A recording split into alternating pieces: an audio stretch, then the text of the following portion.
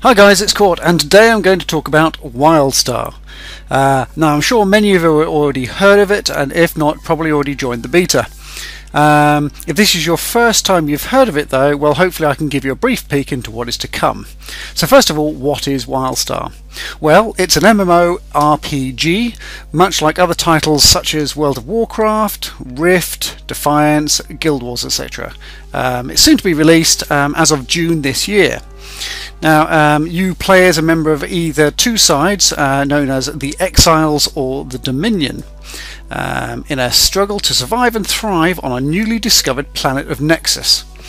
Now, while the Dominion are described as a very powerful empire founded by a race known as the Elden, they claim Nexus as their rightful legacy.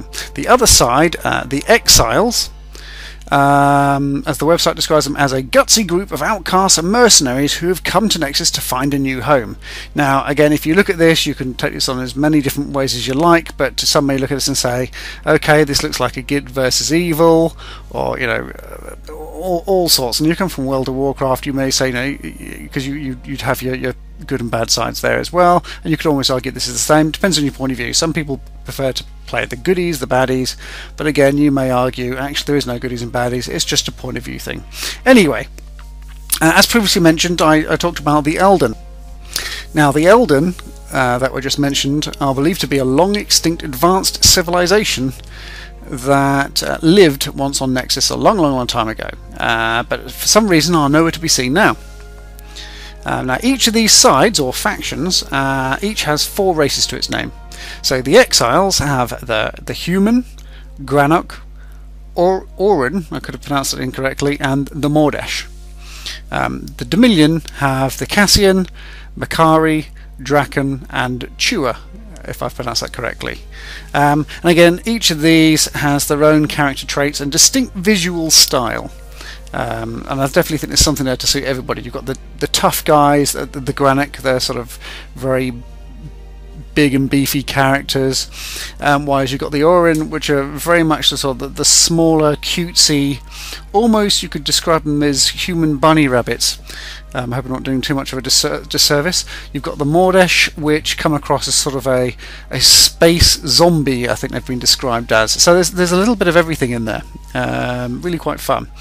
Now the game visually, as you can probably see through the video here, has gone for a very cartoonistic style, both visually and much of its audio, in fact. So the narration that occasionally comes along when you enter a new area of the map, you'll hear this guy saying, well, he'll come up with some really bombastic description of the area. It's not very serious, it's all very big and in your face, basically with the focus on fun.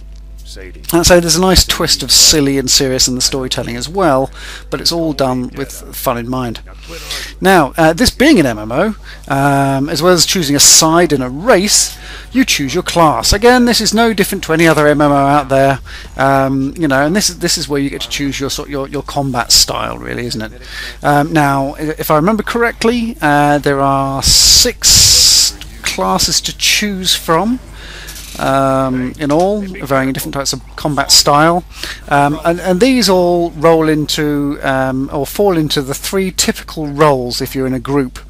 So whether this be tank, DPS or healer. Now if I understand correctly, each class has access to at least 2 of these roles. So in other words, you could be a Granok, and as I understand, you could be a warrior, for example, and a warrior can be spec'd up to be either a good DPS or a tank, while as you may have what else have we got? We've got the medic, I think it is, and the medic can play as a DPS or, as you might expect, the healer. So you can choose as you deem fit. Now the nice thing is, because you can change your roles, you can store sets of your combat abilities, so you can quickly switch between these as you see fit.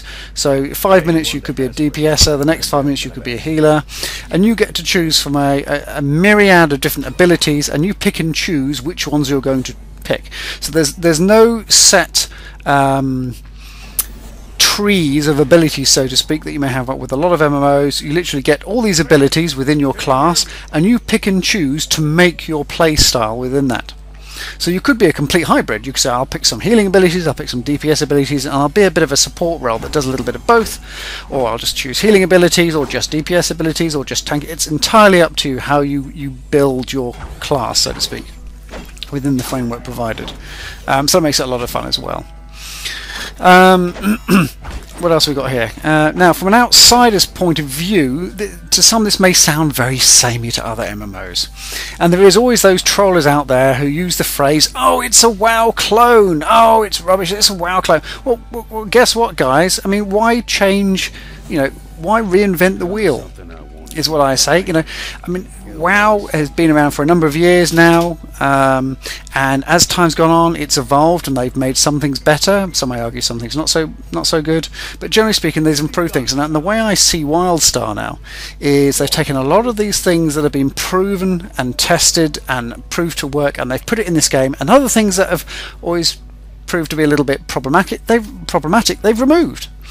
And so what you've ended up with, in my humble opinion, is actually quite a polished game. And although it hasn't actually hit launch yet, it's already very, very polished. And through playing this has really come out in the questing, in sort of the dungeons, the team events, and things like that. It feels very polished. Now, don't get me wrong, there's the occasional bug. I've done quite a few quests now, and I've come across the occasional bug, but to be honest, that's to be expected at this early stage. Overall, very, very polished, very fun. They've put a lot of work and effort in the detail in this. Really, really good. Like I say, so you have got the traditional quests, you've got the traditional dungeons, you've got these things called adventures as well, which are very much like dungeons, but it feels like they're more open air, and rather than going through a set path through a dungeon, you've got to go past boss 1, boss 2, boss 3. Although it's very similar to that, it's quite sort of freestyle. You might be in a big open space with various team quests to do and mini bosses to kill, so it's like a mini story, if you will. At least that's my exposure to it so far. So it's really, really fun. Now, there is one part of the game that to me comes across is brand new. I haven't come across this in any other game I've played, and this is in the combat system, the combat mechanics. So instead of the traditional sort of way of, you might click or select an NPC, a boss or an enemy, you click on them and then you mash your buttons, to fire your spells and your abilities at them. It doesn't matter where you stand, as long as you're within range, you just hit your buttons, and hope you don't get hit back. Which is okay. It's served well for many MMOs in the past, but this time it's different. You've got this thing called telegraphing. So what you do now, all your abilities and spells have almost an area of effect, or shape and direction of effect. So in other words, if I was to hover my mouse over a particular spell, what will happen is it will highlight part of the ground in front of my character. And it won't highlight the same shape for all the abilities. Each spell or ability has its unique shape, size and direction of this ability. So if I have a sword and I swipe my sword, I'll have a sort of area in an arc around my character where I might swipe a sword. If I have a gun, I might have a reasonable cone of effect out in front of me, or whatever. So what I do is you aim your abilities before you actually use them. Now this is nice because it forces people to be on the move. So again, typically as a healer in other games, you may typically just select, if you're healing the tank normally, you may make sure you've got the tank selected, and you just make sure you press the relevant buttons to heal him as you see fit. Well, now not only have you got to do that, you've got to move, because if the tank's moving, it ultimately means you've got to move, because your heals you fire off may actually miss if you're not aiming at the tank. Now somebody go, oh my god, that sounds so difficult. Well, don't get me wrong, it's not like a thin slice of ground you're aiming at. I mean, these paths or areas are quite large and wide.